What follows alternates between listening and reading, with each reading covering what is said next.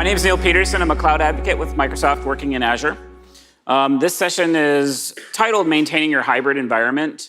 We're going to go over quite a bit of stuff, and most of it's focused at either virtual machines or even potentially physical machines in your on-prem environments. But there are concepts that apply to other services, like if you're using storage, app service, whatnot. There are some concepts here that apply, but it's primarily focused at virtual machines. And we're going to look at a couple things.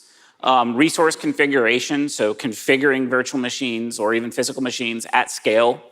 Inventory, so pulling inventory of these machines. Detecting change. Monitoring, alerting. Visualization, so we're going to be pulling a bunch of data, visualizing this data, and then potentially like auto-remediation of issues. So tons of topics crammed in. I've got a few slides, a bunch of demos. Hope you enjoy it. Appreciate you being here. So really kind of setting the stage, you know, we've got this fictitious company, Northwind Traders, and setting the stage for this talk, Northwind Traders is embarking on a data center modernization project where they primarily want to take a line of business application and move that. In this application's based on, it runs on virtual machines, both Windows and Linux. And they want to start moving this application from their on-prem environment up into Azure. While they do this, they want to take advantage of some of the capabilities in Azure to kind of up-level how they're managing this application. So currently, they deploy virtual machines all the time for this application, whether it's a scale operation or just replacing a piece of the application. And they currently deploy these virtual machines using kind of like a big VM image that has the application and all the configurations as part of the image. They also have, because they've got Windows and Linux workload in this application, they've got multiple monitoring systems and management solutions for this application and these virtual machines. So in addition to migrating this application up to Azure, they want to do a couple things. Rather than having a VM image that's deployed, they want to go to like a policy-based configuration. So every time they need a new VM, they're deploying just kind of like a vanilla VM or a plain VM, unconfigured, and then apply configuration policies on top of that to bring that VM into a configured state. Secondly, they want to move to a single management and monitoring solution for both their Windows and Linux workload. And then finally, they want to take advantage of some of the capabilities within Azure to pull in some auto-remediation. So like if they detect an issue, rather than having to bring a person in as a first responder, let some sort of automation come in as the first responder. So that's the scenario that we're going to be working through throughout this talk. Which really brings us to a couple different services within Azure that we're going to talk about. The first of these being Azure Automation. So Azure Automation is a service that you can deploy inside of Azure that includes several different features. One of those features is the ability to configure virtual machines. So to apply policy-based configuration to these virtual machines. And not only apply the configuration of the virtual machines, but like visualize and see like, okay, I've got 1,000 VMs and I've applied this policy to those VMs that's going to configure each one of those. Can I get some kind of dashboard that I can just like visually, like really quickly see how many of those VMs are compliant with that policy? How many have fallen out of state?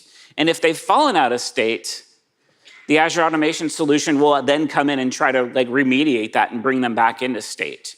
So that's the first service that we're going to see within Azure Automation is the ability to configure these VMs. Second is to inventory. Take a snapshot of those VMs, things like files, services, daemons, if they're Linux machines. Inventory that information from those machines, store it in Azure so that we can then start doing some sort of investigative diagnostics and just like look at the state of our configurations. This then leads into something called state tracking. So like if one of those configurations has changed, can we detect that? Secondly, we're going to look at monitoring and insights. Now, Azure Monitor is not necessarily a component of Azure Automation, but they're tightly coupled, as we'll see. And this gives us the ability, like using that state information, using that inventory information, if let's say a file has changed, I want to fire an alert in Azure Monitor and then do something with that. And then finally, we're going to look at something called Azure Automation Runbooks, which brings this automation piece to the table. So I've inventoried a machine. We've seen that a file has changed. We've triggered an alert in Azure Monitor. Now I want to go do something. I want to run a PowerShell script to try to fix that. And that's the final piece that we're going to see inside of Azure Automation. So Azure Automation, Azure Monitoring, a bunch of different capabilities across those, and we're going to see all of those in this session. Kind of layering on top of the technical capability, though, there are some other advantages to using Azure Automation and Azure Monitoring. It's just built into Azure. These are not like components that we're adding on. I mean, all of this stuff is built in, built for Azure, available in Azure. Secondly, and which is really cool, is that everything we're going to see in this talk is applicable to Windows systems and Linux systems. So perfect for a heterogeneous environment. And then finally, everything that we're going to see works in Azure. It works on-prem, and potentially even works in other clouds. So the configuration pieces, the inventory pieces, the monitoring and the remediation, we can run this stuff wherever your workload is at. One of the things that I've done in this slide deck is for each one of these topics, I've included a slide that kind of talks about the differences. Like let's take inventory for instance, the differences of how you would configure inventory if your VMs are in Azure versus your VMs are on-prem, because there are some little slight differences there. So we'll talk, just briefly about how things change depending where your workload is, but without doubt, everything works, Windows, Linux, on-prem, in Azure. So that's kind of setting the stage for kind of the higher level services. Now we're gonna dig into each kind of one of those little capabilities, the first one being configuration and state. So as I stated, Azure Automation state configuration is the ability to configure our VMs, and then we'll talk about inventory and state tracking. So the key scenarios, configuration. Let's just take an example here. I may have virtual machines where I need IIS installed. I need to make sure that my application files are at a particular location on top of that VM. And then maybe I've got other things like firewall configurations and security and compliance configurations. So these are all configuration items that I want to make sure are applied to my system. And it's the Azure Automation State Configuration solution that allows us to kind of write those declarations of like, this is how I want this virtual machine or physical machine configured. I can then apply that to the virtual machine, and like I said, then I can get some reporting and kind of some visualization on how things are. Once I've got that VM configured, I want to start tracking the state of it. So this involves taking inventory from that VM on a kind of like a repetitive cycle, comparing those inventories, and if one of those, if I see a difference between two inventory snapshots, I can determine like, hey, something has changed on this VM, and I might want to be alerted to that. And then finally, that's great, but we want to be able to visualize these changes, like build dashboards, see this thing in the portal, click through and see what the change is, when it occurred, and on what system. So Azure Automation State Configuration is built on top of PowerShell Desired State Configuration. Is anyone using PowerShell DSC? Okay, that's quite a few hands. That's pretty cool. So Azure Automation State Configuration is essentially PowerShell Desired State Configuration, but with a whole bunch of kind of capabilities that you get out of the box.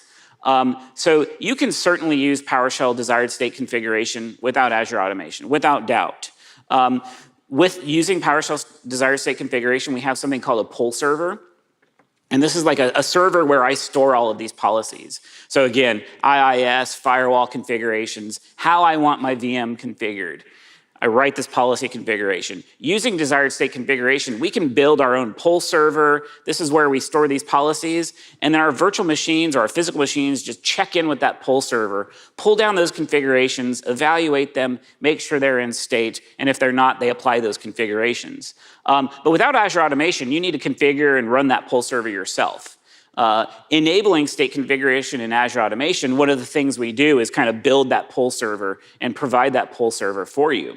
Additionally, it's just a central store for your configurations and dependent modules. So it's a really nice way to manage configurations, and we're going to look at this in depth. Manage configurations, revise configurations, bring in new configurations and reassign VMs to those configurations.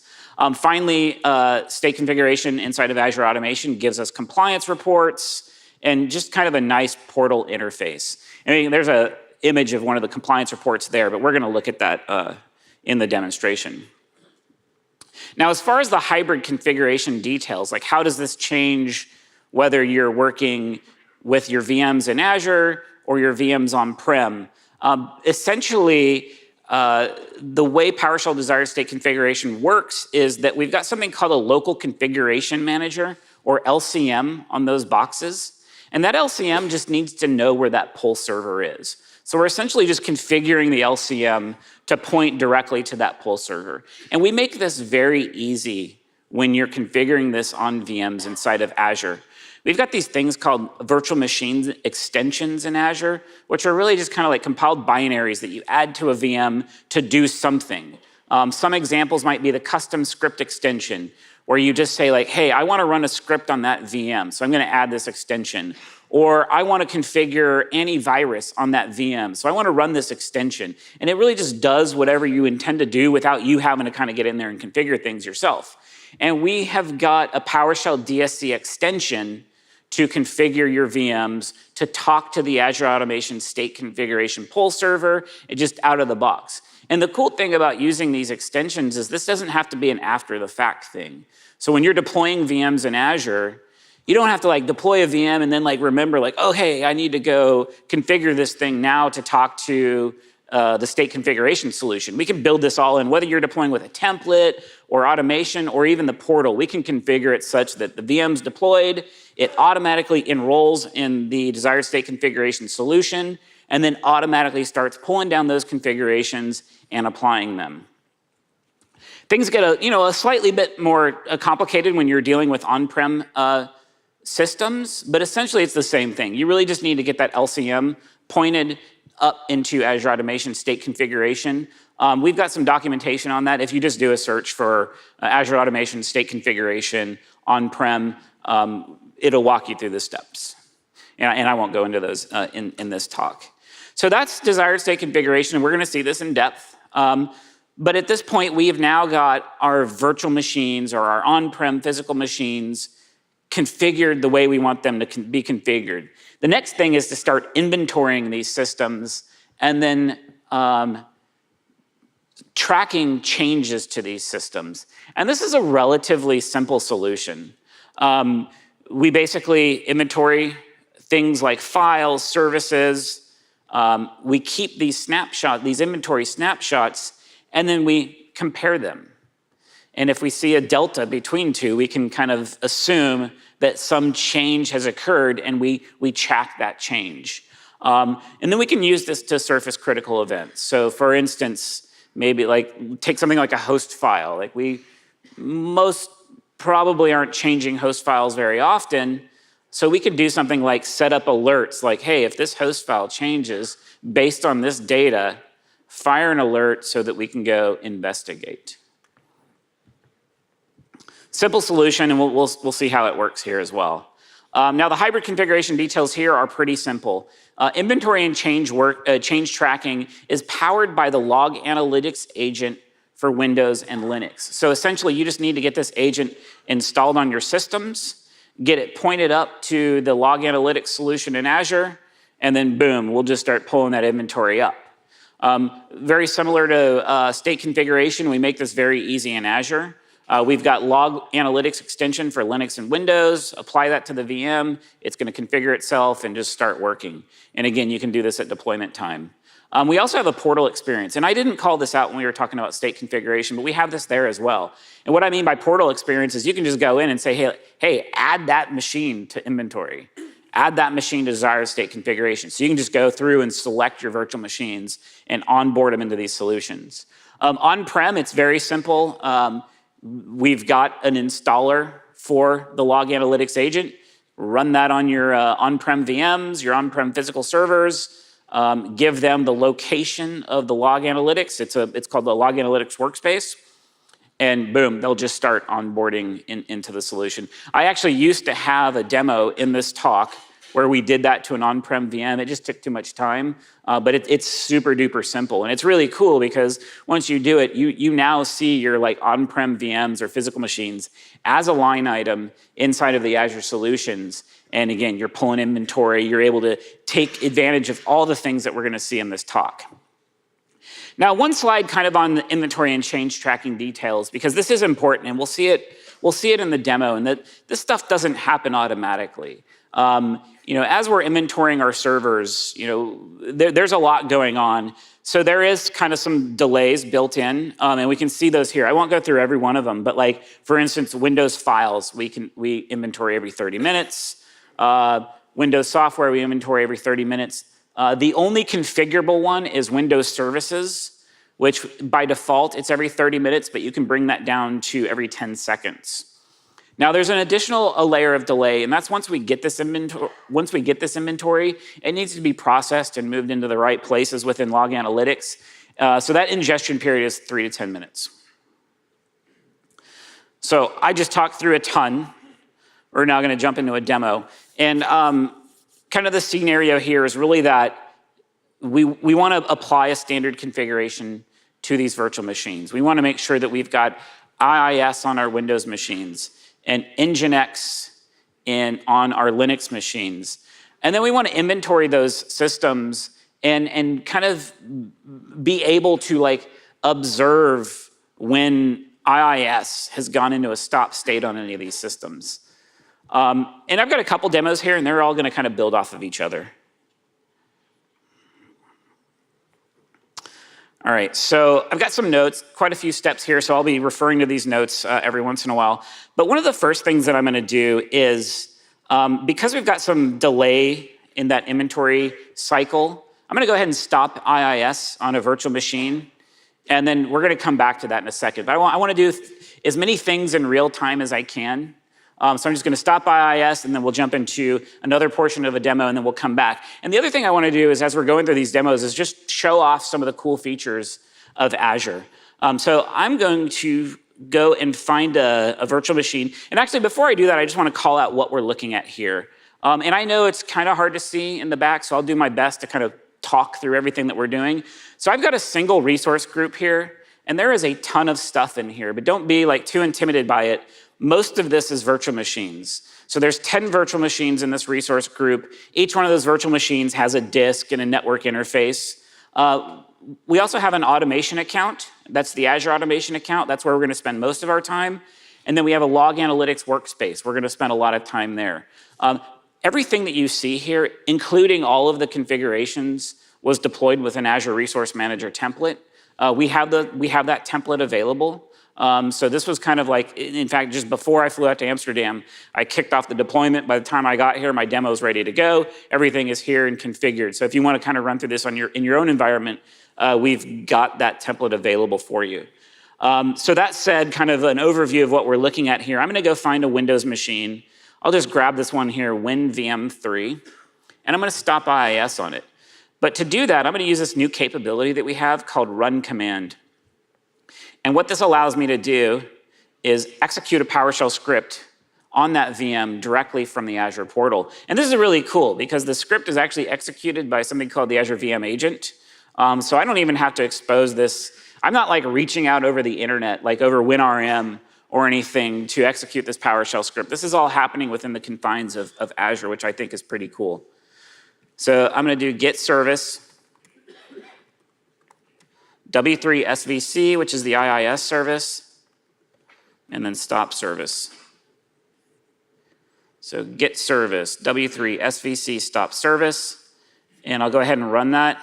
And we don't have to wait for it to execute. But so essentially I've just run a command remotely on that VM to stop that IIS service. So with that out of the way, I want to start by looking at the state configuration solution. So I'm clicking into my Azure Automation account. And actually, before we look at state configuration, we'll just take a quick tour of Azure Automation. So we've got kind of like some standard boilerplate stuff up here, but this configuration management section, this is where we're going to spend most of our time. And within here, we've got inventory, change tracking, and state configuration. So essentially, we've enabled an Azure Automation account, and in doing so, we get access to all of this. We also have update management. This is out of the scope of this session. We're not going to talk about this piece. We do talk about it in one of the other hybrid sessions.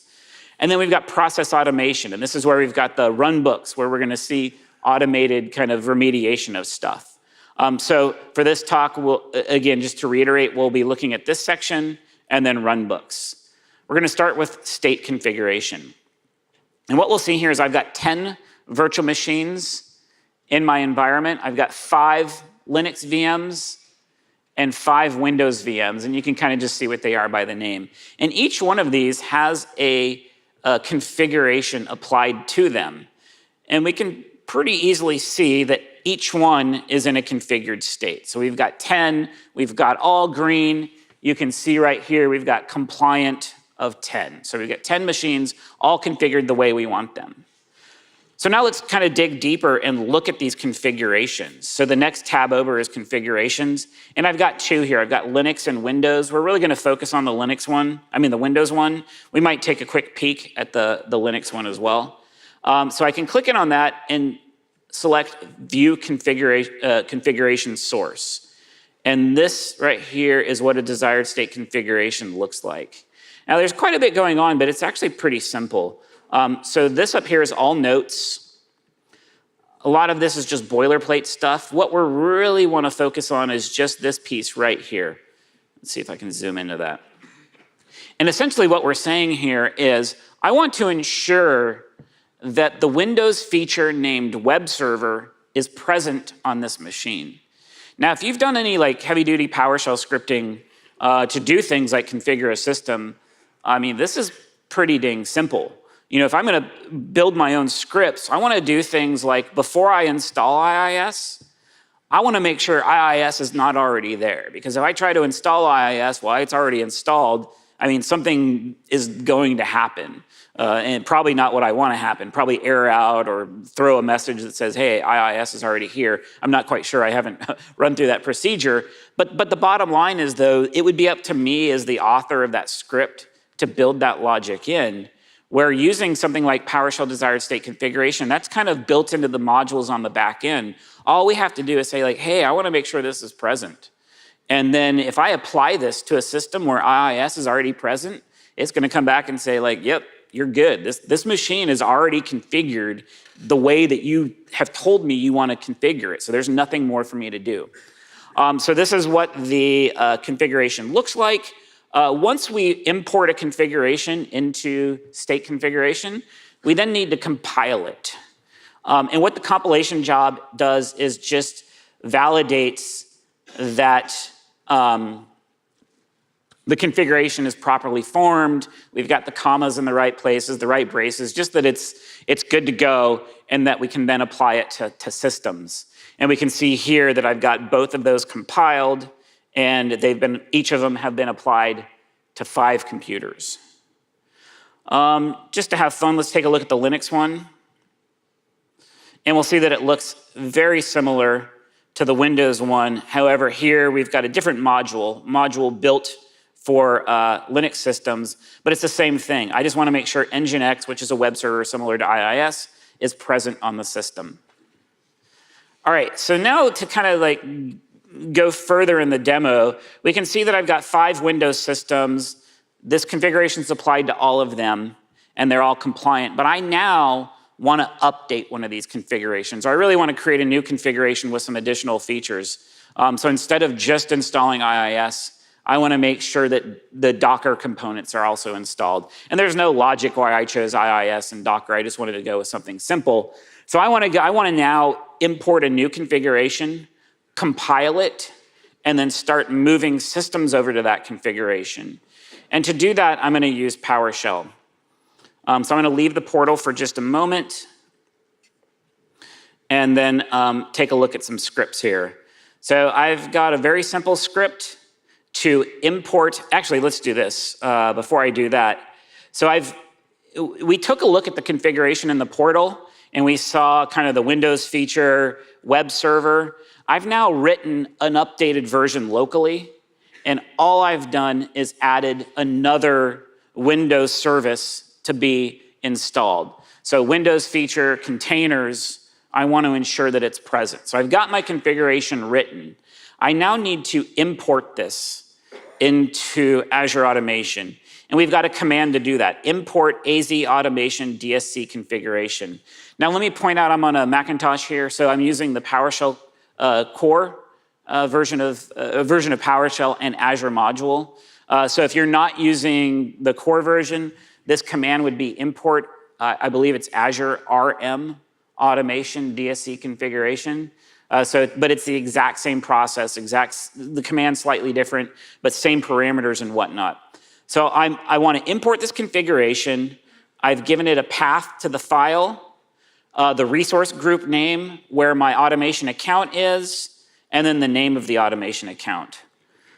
So let me get into my path here. And so I'm just going to run pwsh import DSC configuration.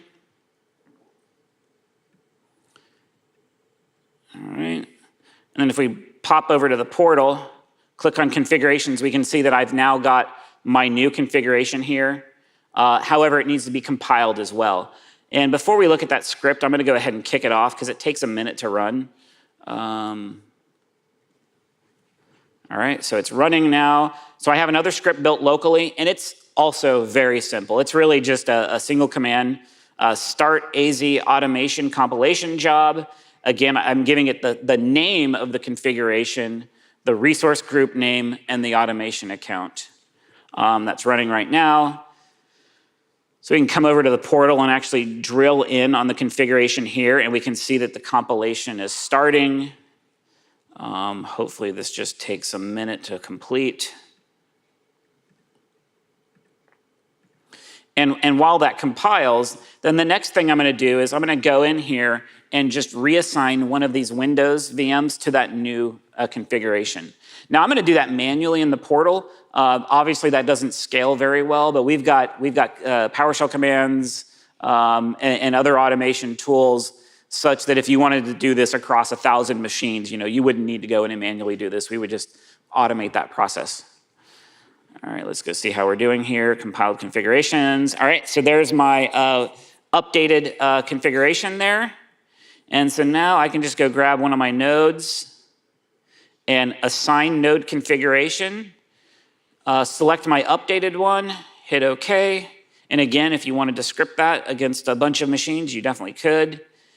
And now, if I come out here and refresh this, what we should see is now I went from 9 compliant to 1 pending, and we can see that the graph here has changed a little bit. So now what's going to happen is the next time that VM checks in with the local configuration manager or the Azure Automation State Configuration Solution, which you can control the time at which these things pull for new configurations, it's going to pull down that new configuration, evaluate it, and see like, hey, there's something new here. Like IIS is present, so we're good on that piece, but Docker's not here. So I'm going to need to go ahead and install that. Now, that's going to take a couple minutes. I won't wait for it, but if we were to come back to this screen, towards the end of this session, we would see that everything is now back into the green state and that one machine has been configured. So that's the state configuration pieces. So at this point, we've got our systems configured. The next thing is to start pulling inventory from these systems and detecting change. And obviously the change that we're going to detect here is the IIS service that I stopped at the beginning of this demonstration. Before we look at that though, I'm just going to do a quick tour of inventory. And it's a super duper simple system. So we can see my 10 systems here. I've got things like Linux daemons, software. So if I want to like click on software and let's just do like Nginx, I can kind of see like, all right, I've got 5 machines with Nginx on it. I can drill in and get a little bit more information, like the machines that have Nginx installed on them. Let's look at like files, host. I've got some Linux systems with a host file. You can actually edit settings and add files, so we don't actually inventory all files right away. And we're going to actually come back to files a little bit later and see some cool things there. But then we got Windows services as well. So let me go ahead and search for the IIS service, which is W3SVC. All right, and this is what I expected to see. So we've got 5 systems running IIS, but notice that we've got 4 running and 1 stopped. So if they were all running, we would see 5 running, we'd have a green dot there, but we've got 1 in a stopped state. And that's the one that I stopped a little while ago. So that's concerning, like, okay, IIS is important to my organization and to my application. So I now need to find more information about what's going on here. And then for that, we're gonna go to the last solution for this demo, which is the change tracking solution. And as I've already stated, inventory and change tracking are very closely associated. Change tracking is just the comparison of 2 inventory snapshots. So we can see we've got some graphics in here, like, you know, I can see that I've got Windows services changing at a rapid pace. I've got some software was potentially installed around this time. I can filter this information by change type. So perhaps I just want to see Windows services, which is what we want to do here. I can select Windows services, and then let me search for IIS. All right, and we can see that at 12:30, yep, that's about right, something happened, something changed on WinVM3, and I can drill into that. And so how this is organized is that we've got this whole section right here is unchanged properties, and then up here we can see the changed properties. And here we can see that the service state went from, the value was running on 1 inventory snapshot, and then that value changed to stop. So we can see here that yes, in fact, we've had a IIS go from running to stopped, or IIS has failed or crashed on this particular system. So that was, you know, that's pretty interesting. We were able to stop this through the inventory piece, see that we've got a VM with IIS stopped, then do some drilling through to kind of find out what VM that IIS service had stopped on. So pretty cool. However, I mean, it would be a whole lot more cool if I didn't have to do all that clicking around, like if I had a chart to see that, or even more cool if I like received an email or maybe even a message to my team's channel. And that's where we're gonna go with this. Like, cool stuff, but we're gonna make it even more cool as we continue on through these demos.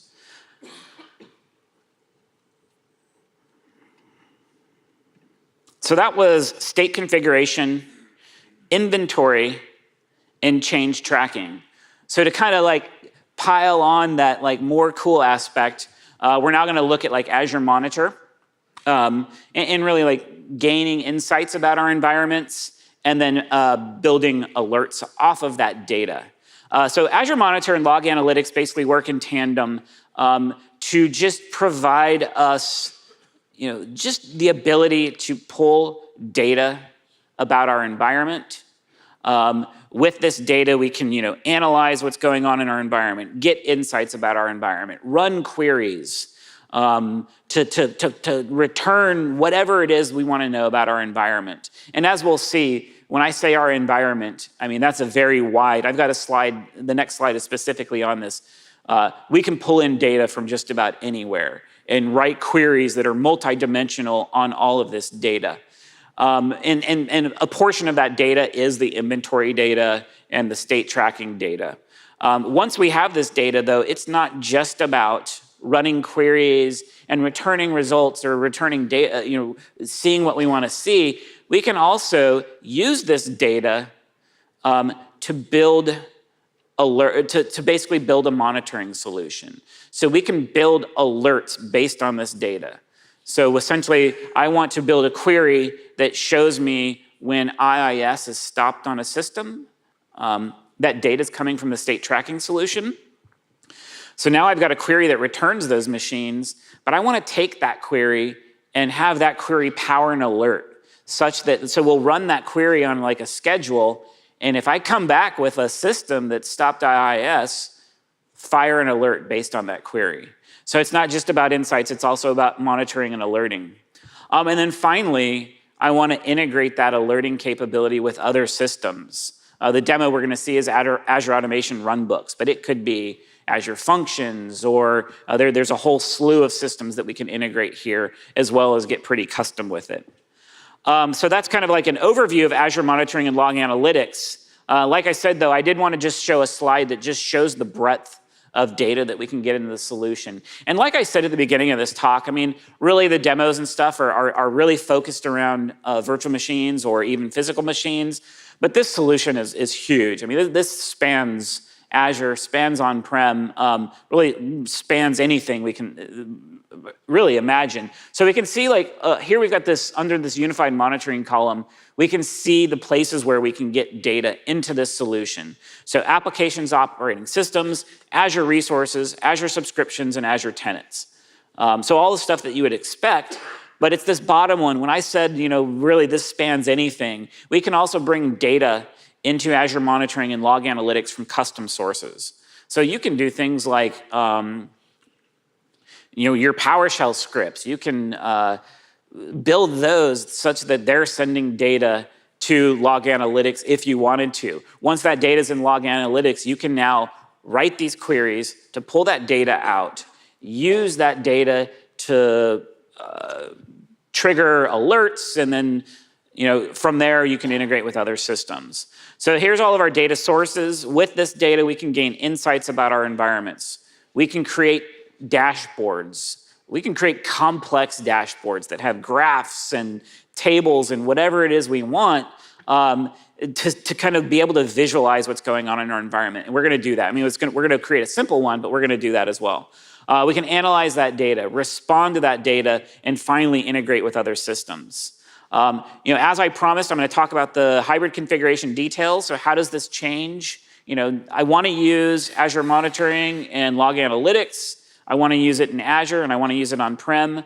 What are the differences here? And this is actually the exact same slide that we saw when we were talking about inventory and state configuration, because it's essentially the same solution. So we need that Log Analytics agent on our Windows systems and Linux systems. Inside of Azure, we've got extensions, VM extensions to do that. We've got the portal experience. If your systems are not in Azure, we just need to install that, that agent and configure it with the Log Analytics workspace. So once we have that data, then what can we do from there? Or actually, what does Tailwind Traders want to do from there? And what they want to do is kind of build some first response, some automated first response. So they want to be able to, when an IIS crash or when IIS is stopped on a system, they want to be able to detect that, raise an alert on that. Oh, sorry about that. They want to be able to detect that, raise an alert on that, and then try to auto-remediate it with a PowerShell script. Not only do they want to auto-remediate it, though, they want to notify their team by both sending an email, but also sending a message to a Microsoft Teams channel just indicating that something's going on. So automation will try to fix it, but let's pull in the team as well just for awareness. And so the solution that's going to allow us to achieve some of this is called Azure Automation Runbooks. Azure Automation Runbooks are, again, a feature of Azure Automation. And essentially, they allow us to respond to events. They work across multiple environments, both Windows, Linux, on-prem, in Azure, giving us that hybrid support. And the way Azure Automation, basically what makes up an Azure Automation runbook is either a PowerShell script or a Python script. So Azure Automation runbooks is really a way for us to host scripts inside of Azure. There's some graphical authoring capabilities as well, kind of drag and drop. but I'm not really going to touch on those in this, this talk. So kind of similar to DSC in Azure Automation state configuration, you might ask yourself, well, hey, I can run scripts. Why do I need this solution to run scripts? And it's a very similar answer. There are some advantages of hosting your PowerShell scripts in Azure Automation and running them from there. Some of these is that Azure Automation gives you scheduling capabilities. So if I want to run a script every day, Azure Automation can do that for you. It used to be pretty cool to have a script in Azure Automation running at 7 a.m. to start virtual machines, and then again at 5 p.m. to stop virtual machines, so that I'm like bringing up my development environment only when I need it. We don't need that anymore because that capability is now baked in Azure Virtual Machines. But that's an example of where you might use Azure Automation on a schedule. But Azure Automation also has the ability to put webhooks on top of a script.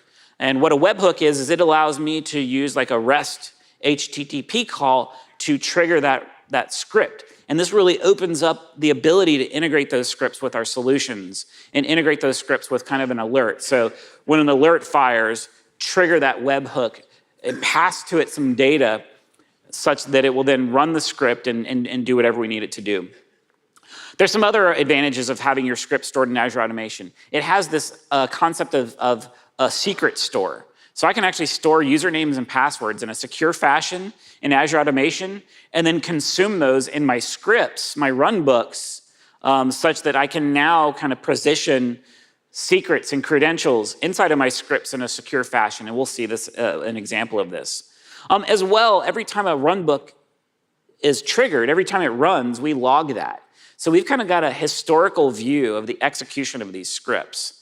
And I mean, you can do all of that yourself as well, but it just comes with Azure Automation when we set that up. The hybrid configuration details here are a little complex. I'll run through them really quickly, but we've got some good documentation on this.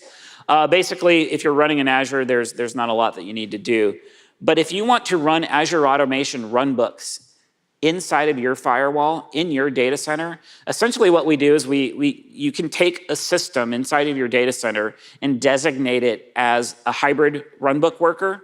And really, that's just a matter of installing the log analytics agent on it. And I think there's just a checkbox that says, hey, this is a hybrid runbook worker. It then becomes kind of an execution point for Azure Automation, such that when we run a runbook, we can state, hey, I want to run you, but instead of running in Azure, I want you to run on this machine inside of my data center. And we got a bunch of documentation on that.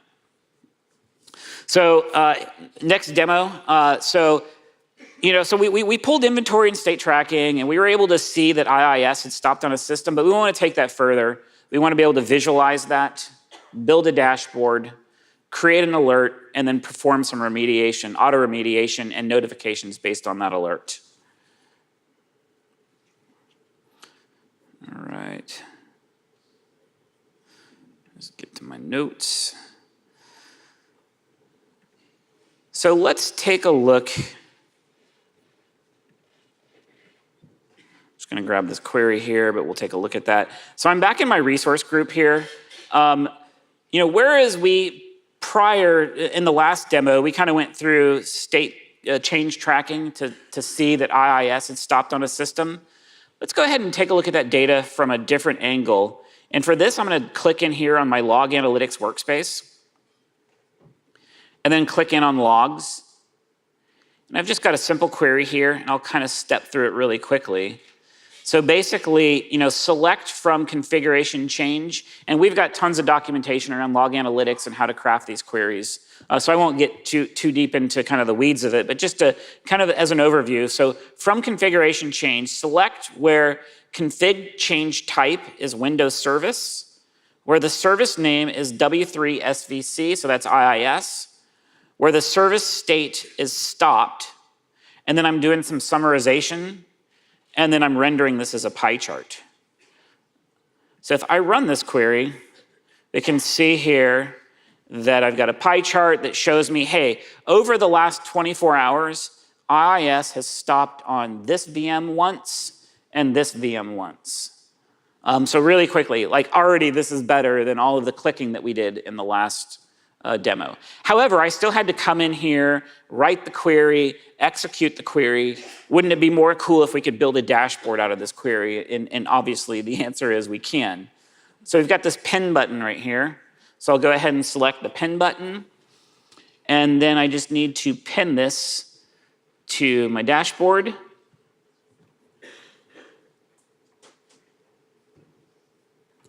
And with that in place, I can, let me just reopen my portal.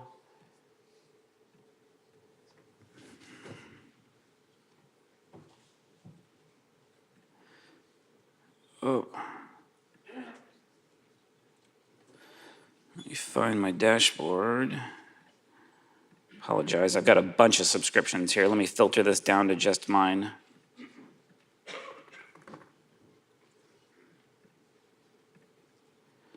All right, dashboard. Boom, and we'll see there is my graph on my dashboard. And the cool thing about this is that this isn't like static. If we were to go crash IIS on another system, come back and refresh this dashboard, we would see that there as well. Very simple dashboard. If you go look for, just do a search for Azure dashboards. There's some examples in our documentation where you've got like huge complex dashboards, tons of graphs, information about all kinds of different things. So we can build these dashboards and not only build them, but share them with people across our teams. So that's pretty cool. But I think we can do better. You know, dashboard's neat, but I want the ability to send an email. I want to trigger an alert and then take some action on that so that I don't have to like view this dashboard. Like if I'm sleeping and IIS crashes, I want to know about it because I'm not going to be looking at a dashboard while I'm sleeping. So for that, we're going to go back into my resource group and back into the log analytics workspace. Now, where we had built the query and run it in logs, we're actually going to deal with alerts. We've got another place down here called alerts, so I'll click in on that. Now, the first thing I want to do is create an alert. And if you recall, what I said was like, we can build alerts based off of the data and the query. So we're going to build an alert that is essentially running the same query that we just ran to build the dashboard. There's some slight modifications, which we'll see. So the first thing I need to do is build a condition, and there's a lot going on here, so I will really try to talk through it and zoom in where needed. I'm going to build my condition based off of a custom log search. And I've got the query ready to go, so I'm going to paste that in here. And what we'll see is that it looks very similar. So configuration change, where configuration change type is Windows service, IIS, state stopped. The difference is I removed like the pie chart. Then I've got this thing called project computer. What I'm doing is basically saying I just need the computer name. Like I don't need all the other data. This is like a select statement. Like just give me the computer name where IIS is stopped. Now I want to run this where there's a threshold. Like if I run this and I get any number greater than 0, I want to fire the alert. If I get a 1, that means IIS is stopped on a machine. So if I run this alert and I get 0 results, we're good. But if I get more than 0 results, I want to trigger the alert. And then this alert, this query is going to run every 5 minutes and look for new systems. So there's my alert condition. However, now I need to define what I want to do. And for this, we need to define what's called an action group. And the action group is just the action to take when an alert has been created. So I'm going to create a new one. And I'm going to give it a name of IIS email. It just needs a short name. I'll do IIS email. I need to select my resource group where I want to create this action group. Give the action a name, and then select an action type. Now you can see here we've got several baked in. So email, SMS, you know, like I'm doing an email here, but I actually might want a phone call or a text message. Again, I'm not going to be looking at my email if I'm asleep. But if I get a text message, I might wake up and look at it. But for the sake of this demo, we're just going to go with an email. Azure Function, Logic App, Webhook, ITSM, and Automation Runbook. So we've got what we need there to basically plug these alerts into just about anything. For the sake of this demo, we will go with email. And then I'm just going to enter an email address here. and then click OK. And OK. But I want to do something else. I want to get an email, but I also want to get a message sent to my Teams channel. And I want to try to restart the IIS service. And so for that, I'm going to add a new action group. And I'm going to name it IIS Runbook. And what we're going to do here is configure an action group to trigger a runbook. And we'll go take a look at that runbook once I get this thing cooking. So what I'm doing now is just kind of giving it names. And now instead of email, I'm going to select automation runbook as the action type. There are some built-in runbooks like restart VM, scale up VM, but for this case, I've got a custom runbook that I wrote. So this is a PowerShell script stored in Azure Automation runbooks. So I'm going to choose my subscription and my automation account, and then I'm going to choose the runbook. There are no parameters that I need to configure, so I'll click OK. And OK. And now I just need to fill out some additional details, so I'm just going to do, so I'm going to give it a name, failed IIS, and I'll just give it the same name or the same description. To me, this is pretty critical, so I'm going to change the severity to critical. I want the rule to be enabled, so I'm going to go ahead and create the rule.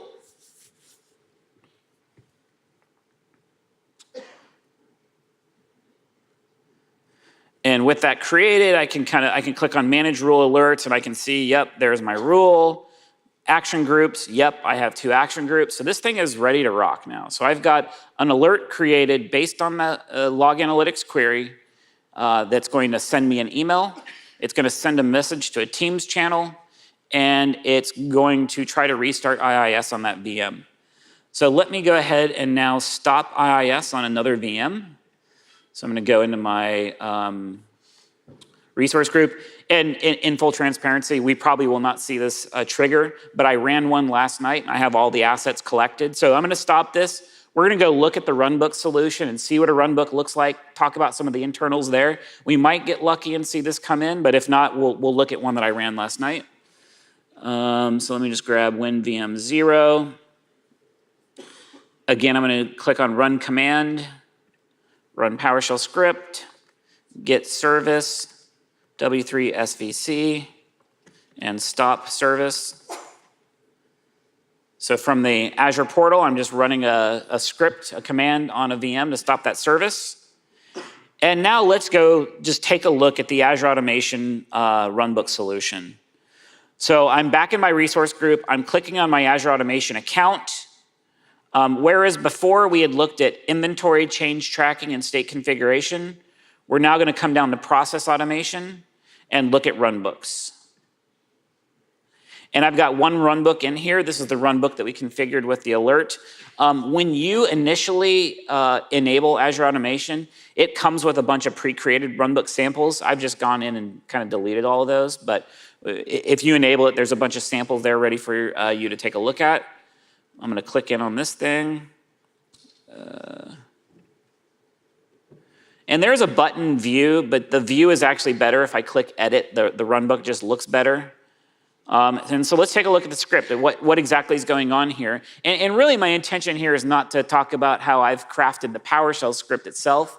But if you think about it, we're triggering an alert based on IIS stopping on a VM. And now we've got a runbook that we want to go try to start IIS. Like the big lesson that I'm trying to land here is like, how do we get that VM name from the alert into the runbook? I am going to go through the runbook top to top, but let's really focus on kind of the data that's coming over, and I'll walk through how that's happening. So the first thing I have here is a param block. So just a parameter on this runbook. And we can see that I've got a parameter named webhook data. So what exactly is happening is when that alert fires, it triggers the webhook on this runbook. And that webhook was configured automatically when I configured the alert. When it triggers that runbook via the webhook, it passes a kind of a JSON document, so just some JSON payload to the runbook. And inside of that JSON payload, and I've got an example we can look at, is the name of that VM. And that's kind of the sweet spot, right? That's what I need to get. So I've got a parameter set up on the runbook that just takes in all of that JSON. The next thing I need to do is just really some data manipulation. I need to and it's a pretty big, I mean, there's quite a bit of stuff in this JSON document. I need to get in there and find just the VM name and pull that out. And that's what I'm doing right here. So I'm taking the request body and converting it from JSON to a native PowerShell object.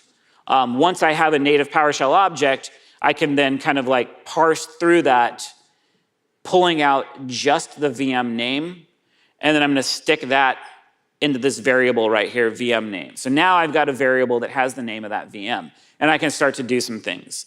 Some other cool things about Azure Automation is these assets. So as I mentioned, Azure Automation includes a system that we can store credentials and pull those into our runbooks at runtime. And that's and not just credentials, other variables as well. So that's what I'm doing here. So for instance, I've got this Teams URI right here. And what this is the URL to my Teams webhook, because I want to send a message to my Teams channel. I've got that stored in a variable, which is outside of the runbook. And then I can pull that in using this command, get automation variable. What's cool about that is if I want to use that Teams webhook across a bunch of different runbooks, and that value changes, instead of having to go through all of my runbooks, I just go into the shared assets section of Azure Automation. And actually, let me just show you that. So under process automation, we have got this section called shared resources. And we can see in here variables. And for instance, this is the one we're looking at right now. I've got this Teams URI. If that was to change, I could click in here, change it here, and that change would reflect across all the runbooks that are referencing it. As well, you can see here I've got one tenant ID and it's encrypted. So I've just got stars. So I can securely store things in Azure Automation, pull these into my runbooks at runtime. Let me get back in here and just wrap up this runbook. So I'm pulling a bunch of stuff in from the shared assets. I'm logging into Azure. I'm creating a message to send to Teams.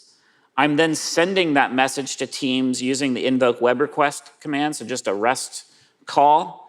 I'm then getting a VM object for my virtual machine, and then I'm using something called the custom script extension to run a script on that VM. And all we're doing, and this is just simple demo stuff, you would want to get more robust in a production environment, but all we're doing is just trying to start the IIS service.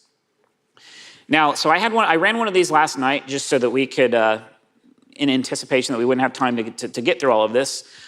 So what we can see here is that this runbook actually ran, or actually it was yesterday morning, and it ran successfully.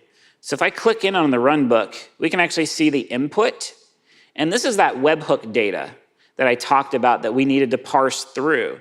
So this all came from the alert that was triggered. And in there somewhere, I don't think I can pull it out right away, is that VM name. And we're parsing through all of that.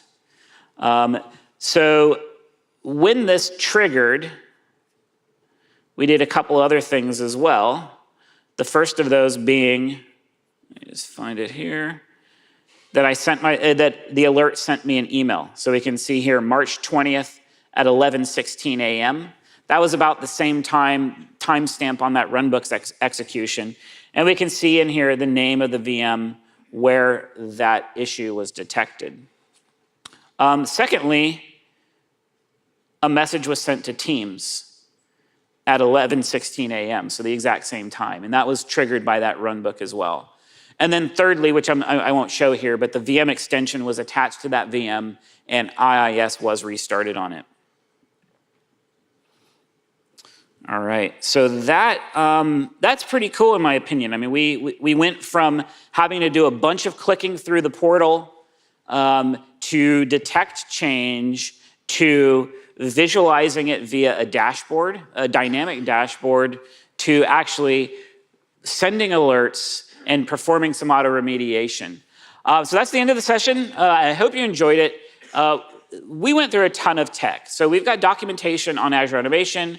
We've got documentation on Azure Monitor. You know, I showed some queries pretty quickly. Definitely jump in and take a look at that querying language, documentation. It's pretty robust.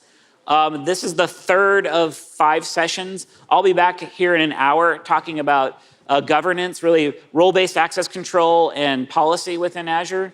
And thanks a lot for coming out. Appreciate it.